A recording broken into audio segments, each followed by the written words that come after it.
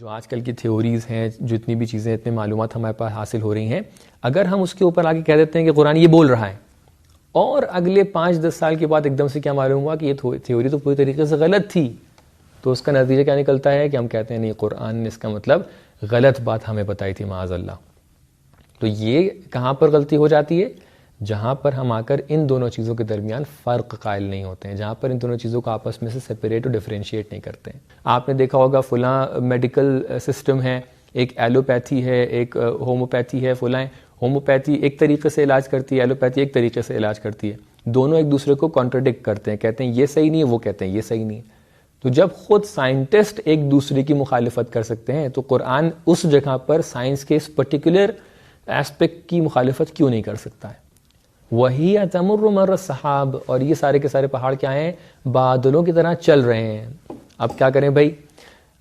ہم تو پہاڑ کو ابھی تک کیا سمجھ رہے تھے، کیونکہ جس زمانے میں اسلام کا ظہور ہوا ہے، پیغمبر اکرم نے آ کر ان آیت کو پڑھا ہے، اس زمانے میں نظریے ہیئت بطلیموس چلا کرتا تھا۔ ہیئت بطلیموس کا مطلب یہ تھا کہ بھئی زمین جو ہے کہیں سے بھی کچھ موشن نہیں کر رہی ہے، بلکہ باقی جتنے سیارات ہیں، پلانٹس ہیں، وہ زمین کے آس پاس ٹہل رہے ہیں۔ لہٰذا اس فیکٹ کے بارے میں بیان کیا، تو لہٰذا اگر کوئی فیکٹ کے بارے میں آگے بیان کر رہا ہے تو ہم لوگ کہیں گے جی بالکل صحیح۔ اگر کسی سائنٹسٹ نے کہا ہے کہ زمین چل رہی ہے تو اس بات کو قرآن پہلے سے بیان کر چکا ہے، سائنٹسٹ کا وہ نظریہ قرآن کے اس نظریے سے میچ کر رہا ہے، اس کو بولتے ہیں تفسیر علمی۔ لیکن اگر ہم آ کر دیکھیں کہ ایک اور تھیوری چلتی ہے، میں اس کو اور ڈیٹیل میں بتاؤں گا انشاءاللہ، ایک اور تھیوری چلتی ہے، اس کا نام لینا بہت زیادہ مناسب میں نہیں سمجھتا ہوں، کہ اس زمین اور آسمان کی خلقت کے بارے میں، کہ یہ زمین و آسمان کیا تھے اور کیا بن گئے۔ اعوذ باللہ من الشیطان الرجیم، بسم اللہ الرحمن الرحیم، وبہ نستعین، انہ خیر ناصر ومعین، وصلی اللہ علی سیدنا محمد وآلہ الطیبین الطاہرین، اللہم صلی علی محمد وآل محمد وعجل فرجہم۔ محترم ناظرین، السلام علیکم ورحمۃ اللہ وبرکاتہ۔ آج جو آپ کے سامنے بات بیان کرنی ہے وہ بہت ہی بڑا سوال ہے، اور عام طور سے آپ اس سوال کو پوچھا بھی کرتے ہیں، آپ کے ذہن میں ہو سکتا ہے یہ سوال ہمیشہ باقی رہتا ہو کہ آخر قرآن اور سائنس کا رابطہ کیا ہے؟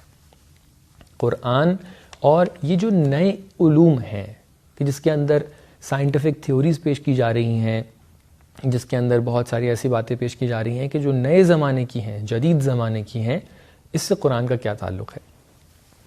تو یہاں پر آ کر 3 طریقے کے نظریات موجود ہیں، یا کہہ سکتے ہیں کہ علماء 3 گروپس میں ڈیوائیڈ ہو جاتے ہیں۔ کچھ علماء وہ ہیں کہ جو آ کر کہتے ہیں قرآن، یا ایک مکمل ٹاپک کے لیے قرآن جو ہے وہ ایک کتاب ہے کہ جو ہمیں مکمل زندگی کا طریقہ بتاتی ہے، اور اسلام کی جو کتاب ہے وہ کتاب قرآن ہے۔ تو کچھ لوگ جب آ کر بیان کرتے ہیں وہ کہتے ہیں یہ پورا دین جو ہے، یہ پوری کتاب جو ہے، اس کے اندر تمام تر چیزیں موجود ہیں، یعنی کوئی بھی دنیا میں ایسا علم نہیں ہے، کوئی بھی ایسی چیز نہیں ہے، کوئی بھی ایسی تھیوری نہیں ہے جس کو قرآن نے آ کر کور نہ کیا ہو۔ کچھ لوگ کہتے ہیں نہیں، قرآن کے اندر صرف اور صرف کیا ہے؟ صرف اور صرف آپ کے نماز، روزے، جن کو ہم لوگ کہتے ہیں کہ یہ دینی امور ہیں، خالی ان کے بارے میں گفتگو کی گئی ہے، لہٰذا قرآن کی ذمہ داری ان کے علاوہ کسی بھی چیز کے اوپر گفتگو کرنے کے لیے نہیں ہے۔ یہ دونوں کے دونوں جو گروپس ہیں، ایک گروپ بہت ہی زیادہ آگے نکل گیا ہے، ایک گروپ بہت ہی پیچھے رہ گیا ہے۔ اگر ہم ان دونوں کو ایک بیلنسڈ وے میں لانا چاہیں، ایک بیلنسڈ سچویشن میں لے کے آنا چاہیں، تو ہم لوگ اس نظریے کے قائل ہیں، اس گروپ کے ماننے والے ہیں کہ جو یہ کہتے ہیں کہ قرآن کے اندر تمام وہ چیزیں موجود ہیں کہ جس سے انسان کی ہدایت فراہم ہو سکتی ہے۔ اگر انسان کو ہدایت کرنا ہے، انسان کو ہدایت سے ایک کمال تک کے پہنچنا ہے، انسان کو اپنی زندگی میں ایک سکسیز تک کے پہنچنا ہے، چاہے وہ روحانی لحاظ سے ہو، چاہے وہ جسمانی لحاظ سے ہو، اس سے جتنی بھی چیزیں تعلق رکھتی ہیں اللہ تعالیٰ نے اس کو آپ کے لیے فراہم کیا ہے۔ لیکن یقیناً ہم لوگ اس چیز کا عقیدہ نہیں رکھتے ہیں کہ قرآن آ کر ہمارے لیے میتھمیٹکس آ کے بتائے گا۔ کیوں؟ کیونکہ میتھمیٹکس کو جاننا اور اس کو سمجھنا اور اس کو اپنی زندگی میں یوٹیلائز کرنا، یہ کام ایک ایسا کام ہے کہ جو اللہ تعالیٰ نے کسی اور ذریعے سے آپ کے لیے فراہم کر رکھا ہے۔ اللہ تعالیٰ نے آپ کو ایک نعمت دی، اس کا نام ہے عقل۔ ظاہر سی بات ہے یہ بھی تو اللہ تعالیٰ کی عطا کردہ چیز ہے۔ اس کے ذریعے سے بھی آپ کچھ چیزوں کو سمجھ سکتے ہیں. تو اللہ تعالیٰ نے یہ ذمہ داری خود انسان کے اوپر رکھی ہے کہ وہ مختلف زمانوں میں جا کر مختلف ترقیوں کو اپنے آپ اپنا کر ایک ایسے مرحلے تک کہ پہنچ سکتا ہے کہ جو سمجھ جائے کہ میتھمیٹکس کو کس طریقے سے حل کرنا ہے, ہمیں اپنے گھر کیسے بنانا چاہیے, مثال کے طور پہ مختلف چیزیں.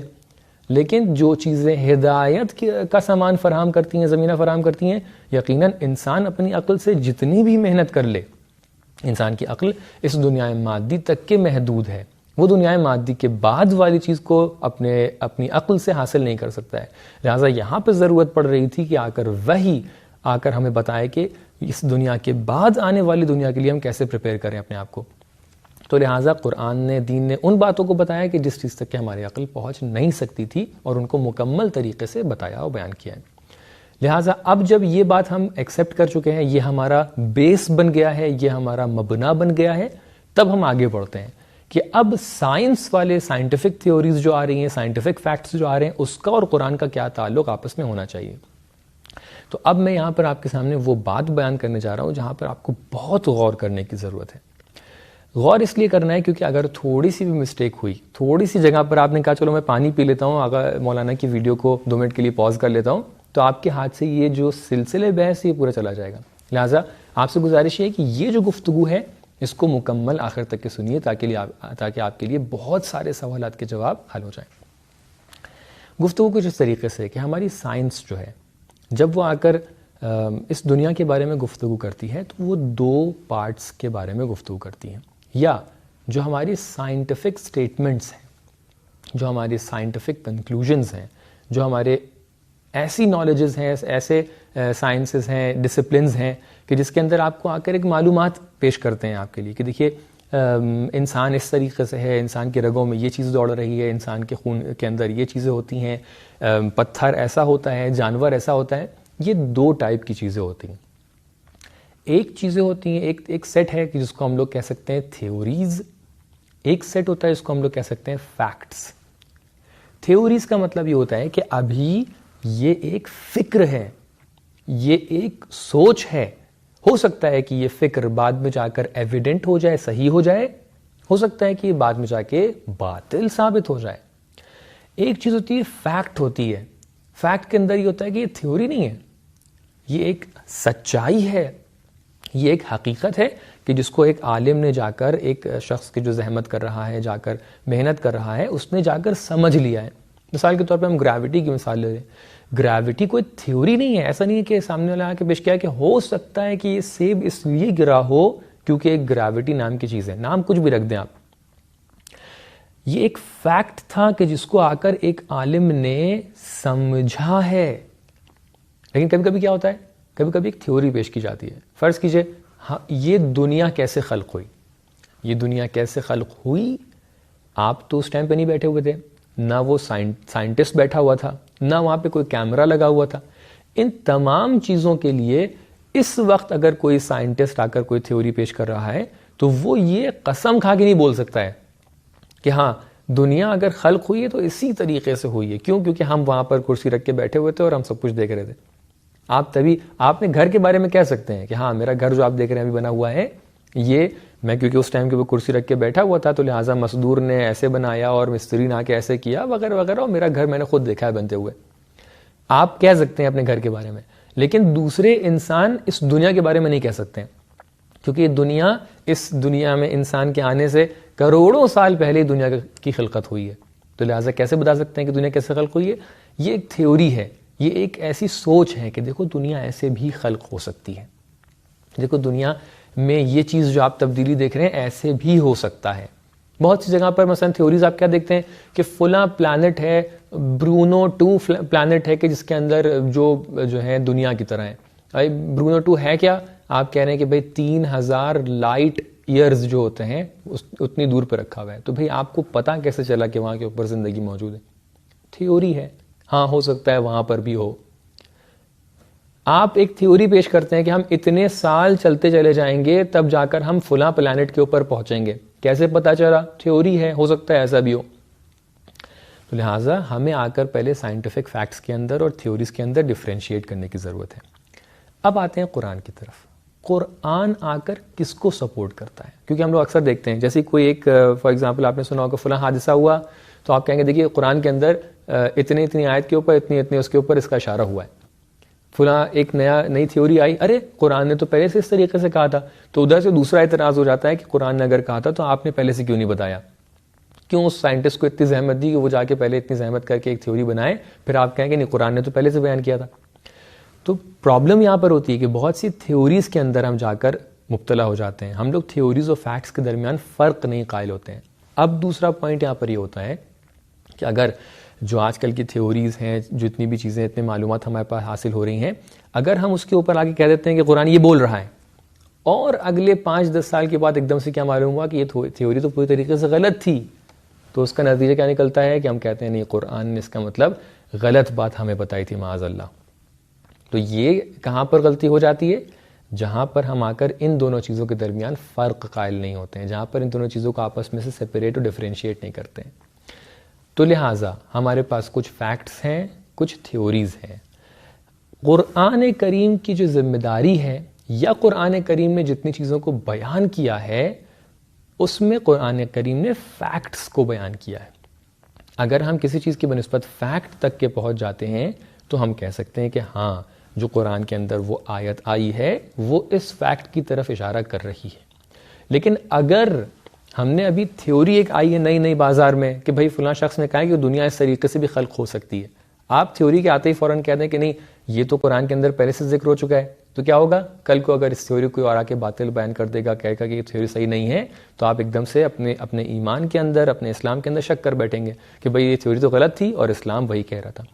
یہ جو ہم کام کر رہے ہوتے ہیں کہ فلاں تھیوری صحیح ہے اور اسلام نے اس تھیوری کے اوپر گفتگو کی ہے, فلاں فیکٹ صحیح ہے, اسلام نے اس کی طرف اشارہ کیا ہے, قرآن نے اشارہ کیا ہے, اس کو بولتے ہیں تفسیر علمی.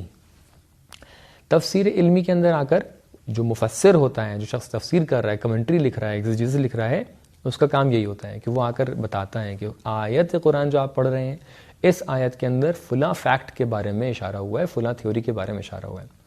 سوال, کیا ہم لوگ تفسیر علمی کو مکمل طور پہ قبول رکھتے ہیں؟ ہم نے جواب آپ کے سامنے واضح بیان کر دیا ہے کہ نہیں, ہم لوگ ہر تفسیر علمی کو قبول نہیں رکھتے ہیں. تو لہٰذا ہم لوگ سائنس کو ایک دم الگ بھی نہیں رکھتے ہیں اور ایسا بھی نہیں کہ سائنس کے ہر تھیوریز کو ہم ایکسیپٹ کر لیں, کیونکہ خود سائنٹسٹ جو ہوتے ہیں وہ لوگ خود ایکسیپٹ نہیں کرتے ہیں. آپ یہ بتائیے, جب 2 کمپنیز ہوتی ہیں وہ کہتی ہیں کہ اس بیماری کی دوا یہ چیز ہے اور سامنے والی کمپنی کہتی ہے اس بیماری کی دوا یہ چیز ہے. آپ نے دیکھا ہوگا فلاں میڈیکل سسٹم ہے, ایک ایلوپیتھی ہے, ایک ہوموپیتھی ہے. فلاں ہوموپیتھی ایک طریقے سے علاج کرتی ہے, ایلوپیتھی ایک طریقے سے علاج کرتی ہے. دونوں ایک دوسرے کو کانٹرڈکٹ کرتے ہیں, کہتے ہیں یہ صحیح نہیں ہے, وہ کہتے ہیں یہ صحیح نہیں ہے. تو جب خود سائنٹسٹ ایک دوسرے کی مخالفت کر سکتے ہیں تو قرآن اس جگہ پر سائنس کے اس پرٹیکولر ایسپیکٹ کی مخالفت کیوں نہیں کر سکتا ہے؟ تو لہٰذا قرآن سائنس کا مخالف نہیں ہے, لیکن جہاں تک کہ جو چیز حقیقت ہوتی ہے اس کو ایکسیپٹ کرتا ہے, لیکن جو چیز حقیقت نہیں ہوتی ابھی ایک فکر کی حد تک ہے اس کو ایکسیپٹ نہیں کرتا ہے.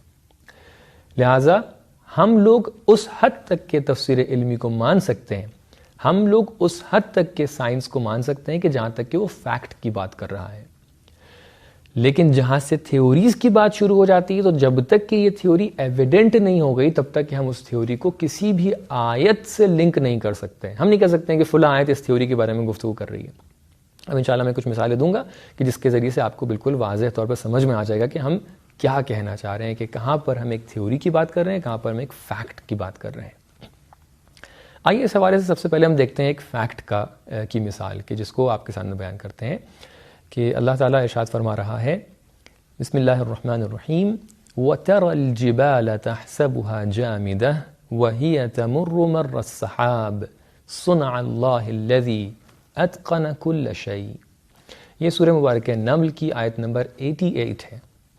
اس کے اندر اللہ تعالیٰ ارشاد فرما رہا ہے کہ وَتَرَى الْجِبَالَ تَحْسَبُهَا جَامِدَةً, تم پہاڑ کو دیکھتے ہو. غور فرمائیے گا یہ آیت کب نازل ہو رہی ہے؟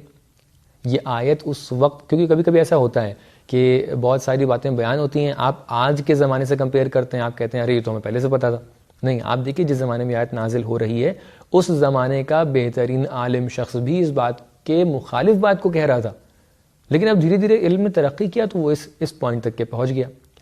آیت کیا ارشاد فرما رہی ہے؟ اللہ تعالیٰ ارشاد فرما رہا ہے کہ وَتَرَى الْجِبَالَ, تم دیکھتے ہو کہ یہ پہاڑ جو تمہیں دکھ رہے ہیں یہ سارے کے سارے پہاڑ کیا ہیں؟ جامدہ، یہ سب کے سب جو ہیں اپنی جگہ پر رکے ہوئے ہیں. جیسے کیونکہ پہاڑ کے لیے تعبیر کیا آئی ہے کہ یہ کیل ہیں، زمینوں کی کیلیں ہیں. جو کیل ہوتی ہے وہ ٹہلتی تھوڑی نہ رہتی ہے، کیل جہاں پر ٹھوک دی آپ نے وہاں پر رکی رہتی ہے. تو تحسبها جامدہ، تم سمجھتے ہو کہ یہ جو جتنے پہاڑ ہیں سب کے سب اپنی جگہ پر ٹھہرے ہوئے ہیں. وہی تمر مر السحاب، اور یہ سارے کے سارے پہاڑ کیا ہیں؟ بادلوں کی طرح چل رہے ہیں. اب کیا کریں بھائی؟ ہم تو پہاڑ کو ابھی تک کیا سمجھ رہے تھے، کیونکہ جس زمانے میں اسلام کا ظہور ہوا ہے، پیغمبر اکرم نے آ کر ان آیت کو پڑھا ہے، اس زمانے میں نظریے ہیئت بطلیموس چلا کرتا تھا. ہیئت بطلیموس کا مطلب یہ تھا کہ بھائی زمین جو ہے کہیں سے بھی کچھ موشن نہیں کر رہی ہے، بلکہ باقی جتنے سیارات ہیں، پلانٹس ہیں، وہ زمین کے آس پاس ٹہل رہے ہیں اور زمین ایک دم اسٹرکٹلی اپنی جگہ پر باقی. جیسے ہی ان آیت کو پڑھا گیا کہ تم لوگ جو ہے پہاڑ کو سمجھ رہے ہو کہ سب رکے ہوئے ہیں، یہ تو بادلوں کی طرح چل رہے ہیں، تو یقیناً اس ٹائم کے بہت سے لوگوں نے اعتراض کیا کہ بھئی یہ کیا بیان کر رہے ہیں. اس زمانے میں جو حقیقت ہمیں پتہ ہے وہ تو یہ ہے کہ نہیں، پہاڑ نہیں چل رہے ہیں. کیوں پہاڑ کی گفتگو کی؟ کیونکہ پہاڑ زمین کا وہ حصہ ہے کہ جو کبھی بھی ہلتا نہیں. آپ کہہ سکتے ہیں گھر ٹوٹ جاتے ہیں، آپ کہہ سکتے ہیں کہ انسان کی بستیاں ویران ہو جایا کرتی ہیں، شہر ویران ہو جایا کرتے ہیں، لیکن پہاڑ اتنا عظیم ہوتا ہے. کیونکہ آپ لوگ دیکھیں عام طور پہ کیا کہتے ہیں کہ فلاں شخص جو ہے پہاڑ کی طرح مضبوط ہے. یعنی کیا؟ یعنی جب وہ ایک بات کہہ دیتا ہے، جہاں پہ ڈٹ جاتا ہے تو وہ ہلتا نہیں ہے. آپ دیکھیں احادیث کے اندر پہاڑ کی مثال آئی ہے اس مومن کے لیے کہ جو بہت ہی زیادہ اپنے ایمان کے اندر مضبوط ہے. المؤمن کالجبل الراسخ، کہ مومن وہ ہے کہ جو بہت ہی مضبوط پہاڑ کی طرح ہے. کیوں؟ کیونکہ پہاڑ مضبوطی کی علامت ہے. اب جب پوری زمین میں پہاڑ اللہ تعالیٰ کہہ رہے ہیں کہ یہ جامد نہیں ہے، ہل رہے ہیں، تو اس کا مطلب زمین تو ہل ہی رہی ہے. یعنی یہ کہ جو زمین اپنے آپ میں موشن کر رہی ہے، یہ فیکٹ بعد میں آ کر سائنٹسٹ نے بتایا کہ نہیں، زمین بھی موشن کر رہی ہے اپنے آپ میں، اور یہ زمین دوسرے پلانٹس کی طرف بھی موشن کر رہی ہے. اس کا ایک پورا باقاعدہ سرکل ہے، اس کے اندر چل رہی ہے. تو یہ تو فیکٹ بہت بعد میں آ کے معلوم چلا. اللہ تعالیٰ نے قرآن کے ذریعے سے آج سے 14 قرن پہلے اس فیکٹ کو بتا دیا. اب بھائی آپ یہ بتائیے اس زمانے کے اندر کس کو پتا تھا اس کے بارے میں؟ سب لوگ کہہ رہے تھے نہیں وہ نظریے بطلیموس سب سے صحیح نظریہ ہے، لیکن قرآن نے آ کر ایک ایسے فیکٹ اور ایک ایسی حقیقت کی طرف آ کر اشارہ کیا کہ جو کیا تھا، جو بہت بعد میں ہمارے زمانے میں آ کر تقریباً 18 اور 19 سینچری کے اندر آ کے معلوم چلا ہے کہ بھائی زمین کے اندر کیا ہے، ایک انتقال پایا جاتا ہے، ایک موشن پایا جاتا ہے، ارتھ موشن پایا جاتا ہے. تو لہٰذا یہاں پر قرآن نے ایک فیکٹ کے بارے میں بات کی ہے کہ یہ زمین کیا ہے، یہ ہل رہی ہے. لیکن کیسے ہل رہی ہے؟ تمر مر السحاب، یہ بادل کی طرح ہل رہی ہے. بادلوں کی طرف آپ دیکھیے، بادل ایک دم سے آپ کو سمجھ میں بھی نہیں آئے گا کہ بادل چل رہے ہیں. ایک دم سے اگر یہاں پر تھے تو وہ یہاں پہنچ جاتے ہیں. یعنی بہت ہی نامحسوس طور پہ بادل چل رہے ہوتے ہیں. زمین بھی ایسے ہی ہے، زمین بھی بہت ہی نامحسوس طور پہ آپ ایک دم محسوس نہیں کر پاتے ہیں کہ زمین چل رہی ہے، یہ اپنے سپیڈ میں چل رہی ہوتی ہے. تو لہٰذا یہاں پر آ کے اللہ تعالیٰ نے سورہ نمل کے اندر آیت نمبر 88 کے اندر آ کر اس بات کو بیان کیا کہ دیکھیے زمین کے اندر موشن پایا جاتا ہے، اور وہ زمین کا حصہ کہ جو سب سے مضبوط ہے، جو سب سے زیادہ سٹیبل ہے، اس کی بنسبت بھی کہا کہ ہی تمر مر السحاب، یہ پہاڑ چل رہے ہیں تو زمین تو بطریقہ اولا چل رہی ہوگی. تو لہٰذا اس فیکٹ کے بارے میں بیان کیا. تو لہٰذا اگر کوئی فیکٹ کے بارے میں آگے بیان کر رہا ہے تو ہم لوگ کہیں گے جی بالکل صحیح. اگر کسی سائنٹسٹ نے کہا ہے کہ زمین چل رہی ہے تو اس بات کو قرآن پہلے سے بیان کر چکا ہے. سائنٹسٹ کا وہ نظریہ قرآن کے اس نظریے سے میچ کر رہا ہے، اس کو بولتے ہیں تفسیر علمی. لیکن اگر ہم آ کر دیکھیں کہ ایک اور تھیوری چلتی ہے، میں اس کو اور ڈیٹیل میں بتاؤں گا انشاءاللہ.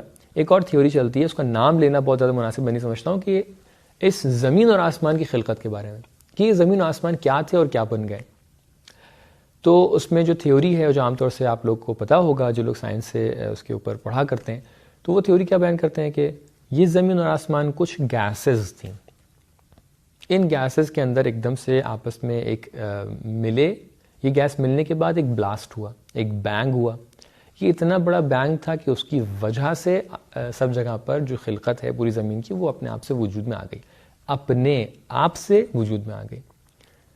اس بینگ کی وجہ سے غور کیجیے گا، اپنے آپ سے وجود میں آ گئی. خوب اس کو تھیوری کو پیش کیا گیا، بہت ٹائم تک یہ تھیوری گزری اور سب لوگوں نے اس کو بہت زیادہ سراہا شروع میں کہ نہیں یہ تو بہت اچھی بات ہے، بالکل ایسے ہی ہوا ہوگا، فلاں ہوا ہوگا. اس کے بعد انہی سائنٹسٹ نے آ کر کہا کہ نہیں، ہم نے اس ذریعے سے اس کے اوپر جب ریسرچ کی تو معلوم چلا کہ یہ تھیوری ہو سکتا ہے کہ صحیح نہ بھی ہو. اب ہم لوگ جب قرآن کے اندر آگے دیکھتے ہیں تو دیکھتے ہیں اسی کے جیسی ایک آیت ہم لوگ کو ملتی ہے. اللہ تعالیٰ قرآن کے اندر سورہ انبیاء آیت نمبر 30 کے اندر اس طریقے ارشاد فرما رہا ہے کہ بسم اللہ الرحمن الرحیم اولم یر الذین کفروا ان السماوات والارض كانتا رتقا ففتقناهما. کہ کیا یہ جو لوگ کافر ہیں, یہ لوگ جو کفر اختیار کیے بیٹھے ہیں, کیا ان کو یہ نہیں پتہ ہے کہ یہ آسمان اور یہ زمین جو تھی, یہ سب کے سب آسمان اور زمینیں کانتا رتقا, یہ پہلے رتق تھے, ففتقناهما, ہم نے ان کو فتق کر دیا. رتق کہتے ہیں دو چیز جب آپس میں ملی ہوئی ہوں تو ان کو بولتے ہیں رتق. فرض کیجئے میں کچھ پتھر ہیں, ان کو آپس میں کسی گوند سے کس سے چپکا دوں, یہ پتھر جب آپس میں مل جائیں گے اس کو بولیں گے رتق. اب جب میں انہی پتھروں کو دوبارہ کسی طریقے سے الگ کر دوں تو اس کو بولتے ہیں فتق. رتق اور فتق یہ دونوں اصطلاحیں یہاں پر قرآن کے اندر استعمال ہو رہی ہیں. تو جب اس کو آ کر علماء نے اور سائنٹسٹس نے اس کو آ کر تصور کیا تو کیا محسوس ہوا کہ یہ بھی اسی چیز کے بارے میں بات کر رہی ہے. پلس جب ہم ایک اور آیت کو اس کے اوپر ملا لیتے ہیں سورہ دخان کے اندر, جہاں پر اللہ تعالیٰ کہتا ہے کہ یہ آسمان اور زمین جو ہے یہ پہلے دخان تھے. دخان کا مطلب کیا ہوتا ہے؟ دخان کا مطلب دھواں ہم لوگ ٹرانسلیٹ کرتے ہیں, لیکن دخان عربی میں دھواں اور گیس دونوں کو کہتے ہیں. یعنی اس ٹائم کے اوپر کیونکہ گیس کا تصور اتنا زیادہ نہیں تھا, لہٰذا لوگوں کو اگر سمجھانا تھا تو دخان کا لفظ ہی استعمال کرنا پڑتا تھا. تو لہٰذا کیا ہوا کہ بتایا گیا کہ آسمان اور زمین پہلے گیس تھے, یہ گیس پہلے آپس میں رتق تھے, ملے ہوئے تھے. ففتقناہما, پھر ہم نے ان کو کیا کر دیا؟ الگ کر دیا. تو آ کر لوگ کہتے ہیں دیکھیے وہ جو تھیوری آ کر سائنٹسٹ پیش کر رہے تھے وہ یہی تھیوری تھی. تو ہم لوگ یہاں پر آ کر کہیں گے ایک منٹ رکیے, سائنٹسٹ جو کہہ رہے ہیں کہ ایک بینک کے نتیجے میں سب کچھ زمین و آسمان وجود میں آ گئے ہیں, وہ لوگ یہ کہنا چاہ رہے ہیں کہ یہاں پر کوئی بھی ذات نہیں تھی جس نے آ کر اس چیز کو آ کر ایجاد کیا, یہ خود بخود ہو گیا ہے. یہ ایک تھیوری تھی. ہم لوگ کہیں گے ہم لوگ اپنی تفسیر میں اس تھیوری کو بالکل ایکسیپٹ نہیں کریں گے. لیکن جو قرآن تھیوری کو پیش کر رہا ہے وہ یہ ہے کہ اس کے اندر اگر اس تھیوری کے جیسی چیز بھی موجود ہو تو اس وجہ سے ہے, اس طریقے سے ہے کہ یہ آسمان و زمین اگر گیس تھے بھی, یہ آسمان و زمین اگر آپس میں ملے ہوئے تھے بھی, اس کے بعد بینگ نہیں ہوا ہے. اگر بینگ ہوا بھی ہے تو خود سے نہیں ہوا ہے, بلکہ اس کو ففتقنا, ہم نے ان کو ایک دوسرے سے الگ کیا ہے. ایسا نہیں ہے کہ یہ خود سے ملے ہوئے تھے ایک دم سے خود سے الگ ہو گئے, نہیں, ہم نے ان کو الگ کیا ہے. فرق یہ ہو گیا کہ جو سائنٹسٹ آ کے تھیوری پیش کر رہا ہے وہ خالق ہستی کو مد نظر نہیں رکھ رہا ہے, اور اللہ تعالیٰ اگر قرآن کے اندر آ کر آیت بیان فرما رہا ہے تو وہ کہہ رہا ہے میں نے یہ کام کیا ہے. تو آپ دیکھیں ڈفرنس کتنا بڑا ہو گیا.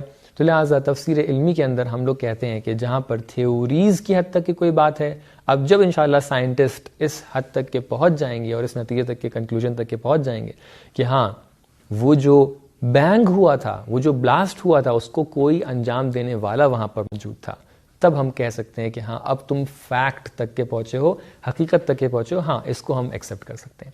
تو لہٰذا ہم لوگ اگر تھیوریز کو ایکسیپٹ کریں گے تو یہ ایک طریقے سے جو ہماری بات ہے اس کو ایک طریقے سے یقینی طور پر بیان نہیں کر پائیں گے. لیکن اگر ہم لوگ فیکٹ کو بیان کریں گے, اس کو ایکسیپٹ کریں گے, تو وہ ایک طریقے سے حقیقت کو ایکسیپٹ کر رہے ہیں. تو تفسیر علمی کو قرآن ایکسیپٹ کرتا ہے, لیکن اس حد تک کہ ایکسیپٹ کرتا ہے کہ ہم فیکٹ کو بیان کریں, حقیقت کو بیان کریں, بلکہ جو چیزیں موجود ہیں جن کو ہم آبزرو کر رہے ہیں کہ ہاں یہ چیزیں موجود ہیں, یہ چیزیں یہاں پر واقع ہوئی ہیں, ان کو آ کر ہم بیان کر سکتے ہیں. لیکن ہم اس کو آ کر بیان نہیں کر سکتے ہیں کہ یہ جو تھیوری ہے جو ابھی تک کہ ایویڈنٹ نہیں ہے, جس کے لیے ابھی تک کہ دلیلیں موجود نہیں ہیں پورے مکمل طور پہ, ہم آ کر کہیں کہ ہاں یہ تو قرآن کے اندر بیان ہوا ہے. تو لہٰذا جیسا کہ آپ نے دیکھا, دیکھیے یہ سائنس کی جو فیکٹس ہیں, سائنٹیفک فیکٹس جو ہیں, اس کو قرآن نے انکار نہیں کیا, اس کو قرآن نے ایکسیپٹ کیا. تو لہٰذا ہم لوگ اس چیز کے قائل ہیں کہ یہ اگر تفسیر علمی کے اندر فیکٹ ہیں, اور الحمدللہ ہمارے پاس بہت سی تفسیریں ہیں کہ جو آ کر فیکٹس کے بارے میں گفتگو کرتے ہیں. مثال کے طور پہ یہی آیت جو سورہ نمل کی آیت نمبر 88 ہے, اس کے اندر آپ دیکھتے ہیں کہ اللہ تعالیٰ ارشاد فرماتا ہے کہ وَجَعَلْنَا مِنَ الْمَاءِ كُلَّ شَيْءٍ حَيٍّ, کہ ہم نے تمام زندہ چیزوں کو پانی کے ذریعے سے خلق کیا. آج جو ہیں سائنٹسٹ بولتے ہیں سب سے پہلی حیات اور سب سے پہلی زندگی کی جو کشف ہوئی ہے اس دنیا کے اندر وہ کب ہوئی ہے؟ وہ پانی کے اندر ہوئی ہے. یعنی سب سے پہلی زندہ چیز جو اس دنیا کے اندر وجود میں آئی ہے. البتہ یہ بھی اپنے آپ میں تھیوری ہے, اس کو ہم لوگ نہیں کہیں گے کہ اس کی طرف قرآن اشارہ کر رہا ہے, لیکن بہرحال اس وقت کے اوپر جو علماء ہیں جو تھیوریز پیش کرتے ہیں وہ لوگ یہی کہہ رہے ہیں کہ سب سے پہلی جو زندہ چیز ملی ہے وہ ہم لوگ کو پانی کے اندر ملی ہے اور وہ پانی کے اندر تھی. آئیے ایک اور مثال ہم لوگ دیکھتے ہیں کہ جہاں پر اللہ تعالیٰ نے آ کر اعجاز علمی بیان کیا ہے. اچھا, یہاں پر ہو سکتا ہے آپ کے لیے ایک سوال اٹھے, آپ کہیں کہ ٹھیک ہے قرآن نے ان چیزوں کو تو بیان کیا ہے, تو ان چیزوں کو بیان کرنے کا مقصد کیا ہے؟ یا تو آگے پوری طریقے سے سائنس کو بیان کرتا, کہتا کہ ٹھیک ہے یہ کیمسٹری ہے, یہ زولوجی ہے, یہ باٹنی ہے, اور یہ اس کے یہ امپیریکل سائنسز جو بیان ہوتی ہیں یہ سب امپیریکل سائنسز کو یہاں بیان کرتا, ایکسپیریمنٹل سائنسز کو بیان کرتا, فلاں اس طریقے سے بیان کرتا. اور اگر نہیں کرنا تو نہیں کرتا, یا تو کرے اچھے سے کرے یا تو نہ کرے. تو اس کا جواب یہ ہے کہ اللہ تعالیٰ کی جو فرسٹ ذمہ داری ہے, جو پرائیورٹی ہے, وہ اس حوالے سے ہے کہ انسان اپنی جو اس کے وجود کا جو زیادہ اہم ایسپیکٹ ہے کہ جو اس کا اسپریچول ایسپیکٹ ہے, کیونکہ ظاہر سی بات ہے انسان کا جو فزیکل ایسپیکٹ ہے اس کے اندر وہ جانور کے ساتھ مشترک ہے. انسان, ایک عالم کے پاس کوئی شخص گیا, اس نے کہا کہ فلاں شخص جو ہیں بہت بڑے عالم ہیں اور بہت بڑے صاحب کرامت اور صاحب اختیار شخص ہیں. تو عالم نے پوچھا کہ وہ کیا کر لیتے ہیں؟ تو اس نے پوچھا کہ آپ کو پتہ ہے وہ ہوا میں اڑ لیتے ہیں. تو عالم نے پوچھا اچھا وہ ہوا میں اڑ لیتے ہیں؟ تو انہوں نے کہا اس میں کون سی بڑی بات ہے, ہوا میں تو ایک مکھی بھی اڑ لیتی ہے. تو عالم نے جب جواب دیا اس نے کہا کہ اچھا آپ کو پتہ ہے کہ وہ پانی پر چل بھی لیتے ہیں؟ تو انہوں نے کہا اچھا وہ پانی پہ چل لیتے ہیں, تو اس میں کون سی بڑی بات ہے, وہ تو ایک لکڑی کا ٹکڑا بھی پانی پہ ڈال دیں گے تو وہ بھی چل لیتا ہے. تو انہوں نے یہی کہا کہ دیکھیں اس کے اندر تو کوئی بڑی بات نہیں ہے. تو لہٰذا ان عالم سے پوچھا گیا کہ بھئی بڑی بات ہے کہ آپ کی نظر میں کون صاحب کرامت ہو سکتا ہے؟ تو انہوں نے آ کر یہ کہا کہ اگر کوئی انسان لوگوں کے درمیان میں رہ کر اپنی زبان پر قابو رکھے اور لوگوں کے ساتھ صحیح برتاؤ کرے تو وہ ایک بڑا شخص کہلاتا ہے, صاحب کرامت شخص کہلاتا ہے. تو دیکھیں جو فزیکل ایسپیکٹس ہیں, جو فزیکل طریقے سے ہم لوگ کوئی کام کرتے ہیں, تو اس میں ہو سکتا ہے کچھ چیزوں میں ہم مکھی کے برابر بن جائیں, کچھ چیزوں میں ہم حتی لکڑی اور پتھر کے جیسے بن جائیں. وہ امپورٹنٹ نہیں ہے, کیونکہ جو جیسے جانور ایک کام کر رہا ہے وہ بھی کھا رہا ہے, ہم بھی کھا رہے ہیں, وہ بھی اس کی بھی نسل چل رہی ہے آگے, ہماری بھی نسل چل رہی ہے, تو ہمیں اس میں فرق کیا ہو جائے گا؟ تو لہٰذا جو زیادہ ہمارے لیے امپورٹنٹ اور ہمارے لیے اہم ایسپیکٹ ہوتا ہے ہمارے وجود کا, وہ کیا ہوتا ہے؟ ہمارا اسپریچول ایسپیکٹ ہوتا ہے, ہمارا روحانی زاویہ وجود جو ہے وہ زیادہ اہم ہے.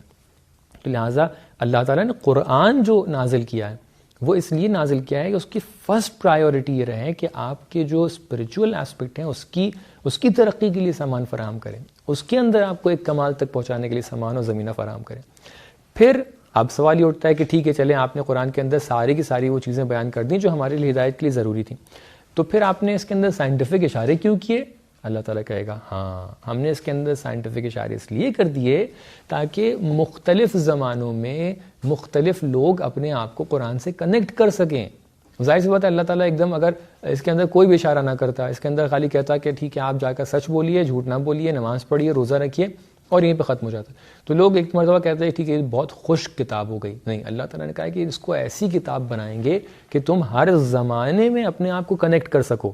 آئیے ہم اپنے جوانوں کو ان حقائق کے بارے میں بتائیں, ان فیکٹس کے بارے میں بتائیں, تفسیر علمی کے بارے میں بتائیں کہ دیکھیے ایسی چیزیں بھی قرآن نے اپنے آیات کے اندر بیان کی ہیں کہ جو ہم آج کے زمانے میں تھیوریز اور فیکٹس جو آ رہے ہیں ان کے ذریعے سے ہم اس کو محسوس کر سکتے ہیں کہ ہاں قرآن اس فیکٹ کے بارے میں گفتگو کر رہے ہیں. تو لہٰذا یہ تفسیر علمی ہے کہ جس کو ہم لوگ اپنے جوانوں کے سامنے پیش کر سکتے ہیں, اور ہمارے بزرگوں کے اندر بھی جو اس فیلڈ کے لیے, اس فیئر کے لیے بہت زیادہ ان کو اگر انٹرسٹ ہے تو وہ آ کر تفسیر علمی کو پڑھ سکتے ہیں. الحمدللہ تفسیر نمونہ کے اندر آپ دیکھ سکتے ہیں کہ مختلف جگہ کے اوپر انہوں نے سائنٹیفک تفسیر کی طرف اشارہ کیا ہے, اور ہمارے ناظرین جا کر اس تفسیر نمونہ کے مختلف والیومز کے جو انگلش میں بھی اویلیبل ہیں، اردو میں بھی اویلیبل ہیں، ان کو جا کر لے سکتے ہیں اور ان سے استفادہ حاصل کر سکتے ہیں۔